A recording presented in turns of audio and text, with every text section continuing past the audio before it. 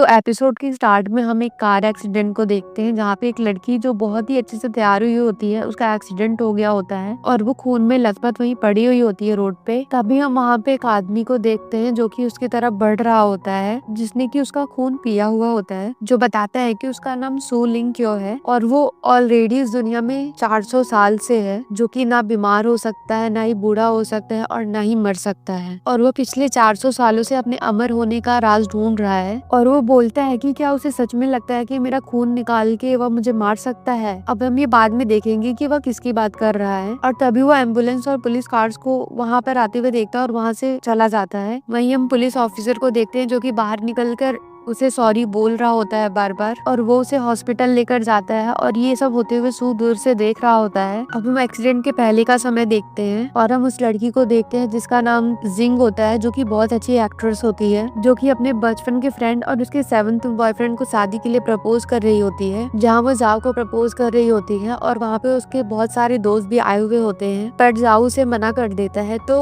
जिंग बोलती है कि वो उसे बहुत पसंद करती है और जाओ भी उसे बहुत पसंद करता है, फिर वो मना क्यों कर रहा है। तो जाओ उसे बोलता है कि वो हमेशा उसे अपनी बहन के रूप में पसंद करता था, इससे ज्यादा वो उसके बारे में कुछ नहीं सोचता। ये सुनकर जिंग को बहुत ही बुरा लगता है और उन सभी फ्रेंड्स के सामने उसे बहुत ही इंसल्टिंग फील होता है, इसलिए वह सुसाइड करने जा रही होती है। जहाँ पर एक सिक्योरिटी गार्ड उसकी ये सारी दुख भरी कहानी सुनकर बहुत ही दुखी होता है और वो बोलता है कि फिर तो तुम कूद ही जाओ, तुम्हारे साथ तो बहुत ही बुरा हुआ। और जिंग तभी गुस्से में बोलते हैं, यहाँ तक कि उसने ये भी बोला कि वह मुझे नहीं बल्कि मेरी बेस्ट फ्रेंड को पसंद करता है। ये सुनकर उस सिक्योरिटी गार्ड को भी हंसी आ जाती है क्योंकि वह उसके साथ पहली बार नहीं हुआ है, ये उसके साथ 7वीं बार हो रहा है। और वो बोलता है कि फिर तो आपको कूद जाना चाहिए, पर वो बोलती है कि मैं कभी भी ऐसा नहीं चाहूंगी कि न्यूज़पेपर में मेरी न्यूज आए कि मैं कूद गई क्योंकि मैं डम हुई हूँ। और वहीं जाते हुए रास्ते में उसका एक्सीडेंट हो जाता है और वहीं हम देखते हैं कि दूसरे ट्रक में 2 लोग होते हैं, एक ड्राइवर और एक उसका साथी, और वो दोनों इस ट्रक में एक बॉडी को लेकर जा रहे होते हैं जो कि किसी म्यूजियम में रखा हुआ होता है, जहाँ से वो लोग उसे लेकर जा रहे होते हैं, जिसके ऊपर की साइंटिस्ट कोई एक्सपेरिमेंट कर रहे होते हैं। और ये बॉडी और किसी की नहीं बल्कि सू की ही होती है, जिसको हमने एपिसोड के स्टार्ट में देखा था, जो कि एक्सीडेंट के टाइम पे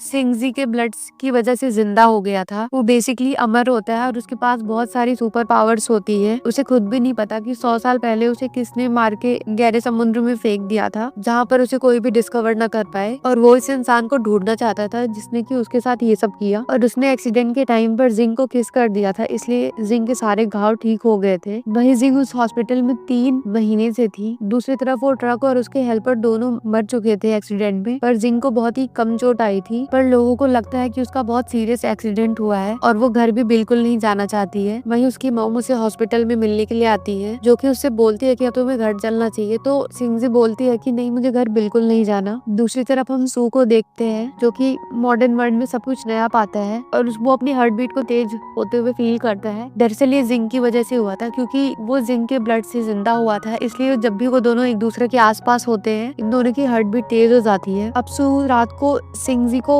हॉस्पिटल में देखने के लिए जाता है, जिसे देखकर वो बहुत ही डर जाती है और जोर जोर से चिल्लाने लगती है कि कोई है कोई है। और वहाँ सब आ जाते हैं पर वहाँ पर कोई नहीं होता। तो नर्सेस को लगता है कि जिंग ये जानबूझकर कर रही है ताकि उसे हॉस्पिटल से जाना ना पड़े। दूसरी तरफ हम सू को देखते हैं जो कि बाहर से विंडो में सिंगजी को देख रहा होता है और बोलता है कि मुझे पता लगाना होगा कि आखिर में इसके खून से कैसे जिंदा हो गया। अब सीन शिफ्ट होता है और हम एक साइंटिस्ट को देखते हैं जो कि सू की बॉडी पे एक्सपेरिमेंट करने वाला होता है, जिसका नाम येचन होता है, जो कि पुलिस को कॉल कर रहा होता है और बोलता है कि उस बॉडी का जल्दी से जल्दी पता लगाओ क्योंकि वो मेरा सब्जेक्ट था और मुझे उस पे एक्सपेरिमेंट करना था। दूसरी तरफ वो ऑफिसर और कोई नहीं बल्कि जाओ होता है, जो कि बोलता है कि हमें नहीं पता, वो बॉडी एक्सीडेंट के टाइम पर वहाँ नहीं थी, पर वो उसको ढूंढने के लिए कोशिश कर रहा है। दूसरी तरफ हम जिंग को देखते हैं जिसका केक खाने का मन कर रहा होता है, पर वो बाहर नहीं जा सकती क्योंकि उसके बहुत सारे सपोर्टर्स बाहर उसके लिए होते हैं। तो वो सोचते हैं कि हॉस्पिटल के पीछे वाली दीवार को फांद कर वो चली जाए, और वो जा ही रही होती है तभी वो एक गड्ढे में गिर जाती है, जहाँ बाहर सू होता है, जिसकी आवाज सुनकर सिंह उससे मदद मांगती है। तो सू से बोलता है कि अपनी आंखें बंद करो। अब जैसे ही सिंह जी अपनी आंखें बंद करती है तो सू उसे